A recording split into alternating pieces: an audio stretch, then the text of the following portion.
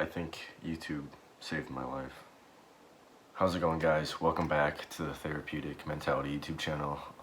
Today, guys, we're going to be talking about how I truly think YouTube saved my life. So, guys, I just wanted to give you guys a little backstory on just my whole mental health journey and just kind of what led me into being so passionate about mental health. Growing up, I was really introverted and shy, and I had low self-esteem, and I overall just didn't really feel like I fit in. It also doesn't help trying to fit in when you're in a all-white high school, being like one of the only black kids in my school. It's funny because in school I used to try to comb my hair over. I tried to be white. I tried to be just anyone but myself. I desperately wanted to be anyone but myself. And the person that I think I was looking for was, in fact, myself. I always felt like I wanted to be somebody else, not knowing that that part was already inside of me.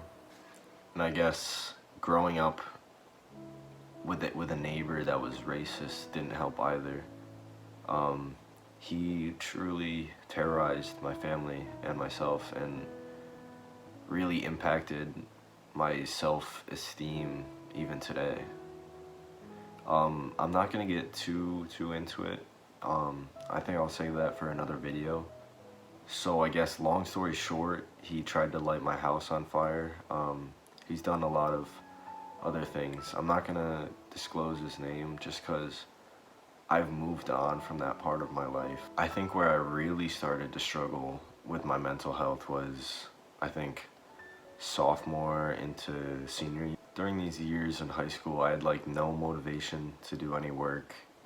I would pretend to be sick and lie to my parents, and that hurts, and just having to lie to people all the time, even lying to yourself. I think that that's a big part of depression, because we put on this like fake smile for everybody, and we lie to people constantly just to, I guess, sort of protect ourselves. But like I was saying, I would pretend to be sick and I would stay home from school. I remember I'm maybe sophomore year, I had like 20 plus days absent.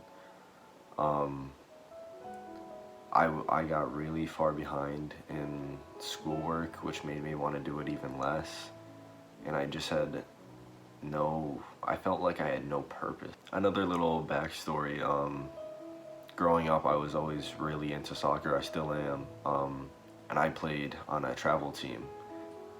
Junior year, my parents decided to take me out of travel soccer, which was, on their part, that was fair. I wasn't doing well in school, and they wanted me to focus on that. Unfortunately for me, this affected my mental health even more, because that was just kind of one of the only things that brought me a lot of joy during these years of high school. And when that was taken from me, I almost felt like I had nothing left. You know what I mean? This was a major tipping point for me. I just felt like nothing mattered. I didn't feel like I mattered, and I just felt so alone and so afraid of everything in my life. I remember just feeling so much darkness in my body, and it just like overwhelmed me to where like I didn't even feel like myself. I looked in the mirror and I didn't see who I was anymore. It was a really difficult journey for me, and I admired everyone around me, and I thought that everybody had a much better life than I did. I just felt like life was moving on without me, and I didn't have a place in life anymore. I think the other thing is that depression just makes you feel nothingness.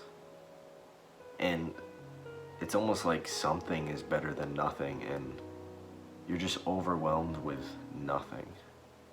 And it's hard to even describe because it's almost like I'm subconsciously blocked out from who I was just because of how traumatic it was for me. It's like looking at a world that's black and white in a world that's full of color. It's such a clear difference. But when you're depressed, all you see is just black and white. That's another thing I kind of try to describe in my poem, The Flame.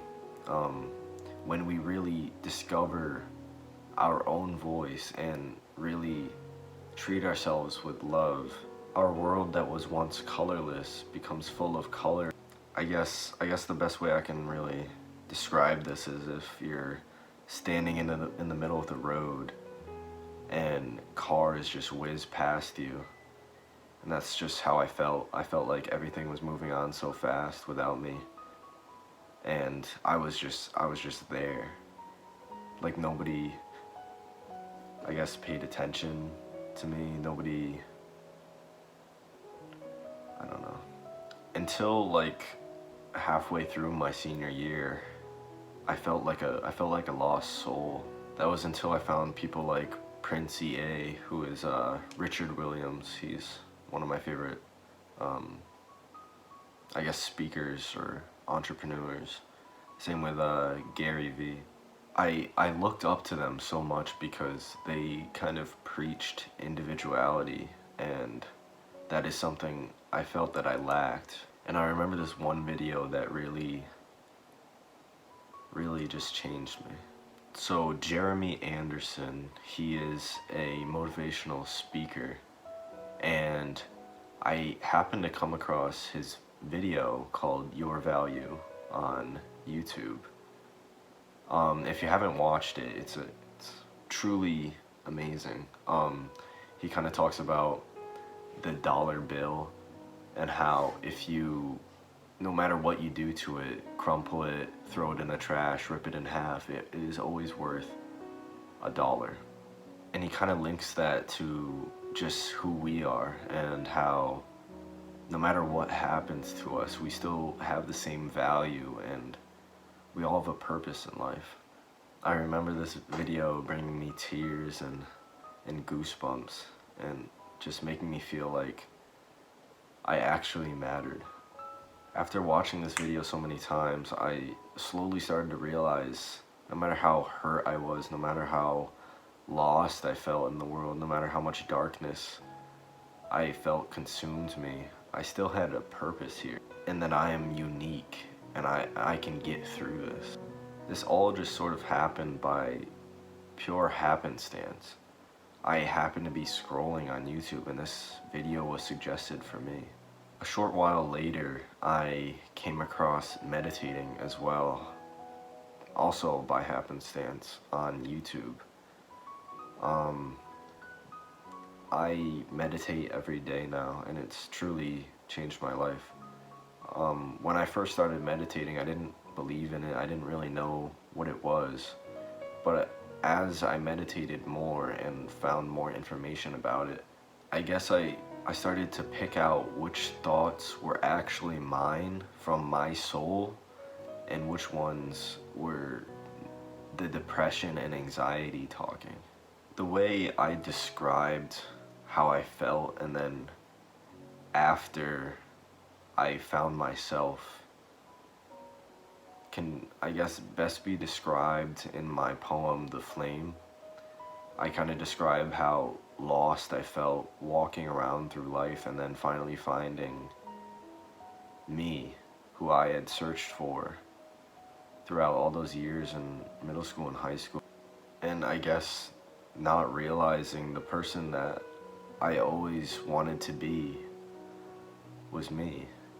I guess it's kind of funny because you can physically see the point of a phoenix coming out of me, metaphorically.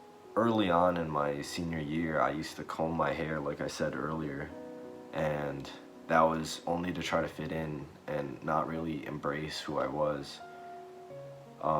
And then in the second half of my senior year, I actually embraced who I was. I embraced my black hair.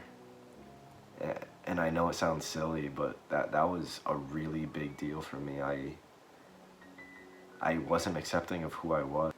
The other thing is, I think this happens more than we think. I think a lot of people walk around lost, trying to find, just trying to find themselves in this life. Let me just also say that this journey wasn't easy.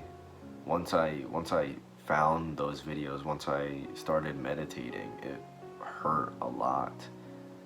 And it wasn't about avoiding my feelings. It was about actually tackling them from their source and realizing that the lack of love I had for myself was put on to me by people in middle school and high school, just outside voices, my racist neighbor. It was all out of a lack of self-love that I felt from others. Because it's not like we are born not loving ourselves. It's something that we take on ourselves as a substitute for society's view on us. After going through all of this, I truly believe that we grow through what we go through. That being said, I've changed so much since then, and it's really made me into who I am today. Like, a few years ago, I guess like 2 or 3 years ago, I wouldn't even imagine speaking in front of camera at all. I wouldn't imagine talking about my feelings. I was so secluded. I was so introverted and not outspoken at all back then. And now I'm literally talking about how I was back then on YouTube right now. And the other thing is, if I didn't go through this, I wouldn't be so passionate about mental health. And I guess my pain is truly a gift to me now. Now, I shared this story with you guys not to make you guys feel bad for me, but to realize that we all go through pain and struggle, and no matter how hard it gets, we can still keep going, and we have purpose here. Even if we don't feel like we do, even if we feel lost, even if we feel overwhelmed with darkness, there is a light inside of you, and you have purpose. I think something that helps me now when I try to sort of out-love my darkness that I still feel carrying into who I am now is to imagine this darkness that I carry as a younger version of me seeking love. And when we ignore it, and when we fester into this lack of self-love that we have for ourselves, we can't grow from it. Instead, we need to treat ourselves like somebody that needs love, somebody that deserves love, and somebody that wants love, because that's all that we need. And once we really start to address ourselves with love, we can really grow from these times of misfortune. If you guys resonated with this video or found my sharing of vulnerability helpful in some way, please leave a like, subscribe, comment down below. Maybe share your experience, whether that be openly or privately with me. Also, if you guys want to check out my poem, The Flame, just to get more of a backstory into what I was feeling at that time and how I feel now afterwards, it's on my Instagram at SethWADavis. It also should be on my Therapeutic Mentality Instagram. Also, if you guys want to check out Your Value by Jeremy Anderson on YouTube, great video, really changed my life. I hope you guys really took something from this. Thanks.